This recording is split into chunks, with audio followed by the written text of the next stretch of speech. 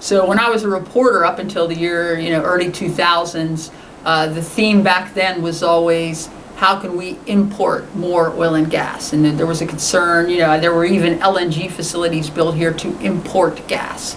And then the shale revolution happens, and suddenly we are looking for ways to export our oil and gas. And I think that it is a really exciting time to be active, not only here in the Appalachian Basin, Marcellus and the Utica, but also in the United States under these unconventional opportunities that we have. At the time that ExxonMobil merged with XTO in 2010, XTO was itself the largest gas producer in the country. And they got that way by the amazing ingenuity and know-how of a small group of people that founded what was Cross Timbers and then became XTO Energy. So obviously ExxonMobil, like other majors, didn't have quite the in-depth knowledge of unconventionals that the smaller independents like XTO did. So when we purchased XTO, it was very much not only for the asset, but for that technological know-how. Fast forward a few years, and we very much one in the same company, worked very well together, tapped the expertise of some of the scientists of ExxonMobil to enable us to do things that would have not been possible 5 years ago for anybody in the industry. Longer laterals, being able to get more gas and oil from a smaller footprint, which benefits everyone really. So at XTO, we're in Ohio in Belmont and Monroe County. We have an active drilling and fracking program for this year, and we're very excited. As you can understand, the Utica wells are pretty prolific here of dry gas, so we're looking forward to raise our production profile here. Okay.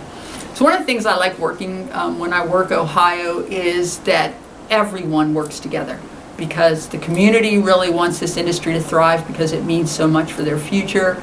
All of the operators want to do a good job, and we want to leave really the place in a better condition than where we found it.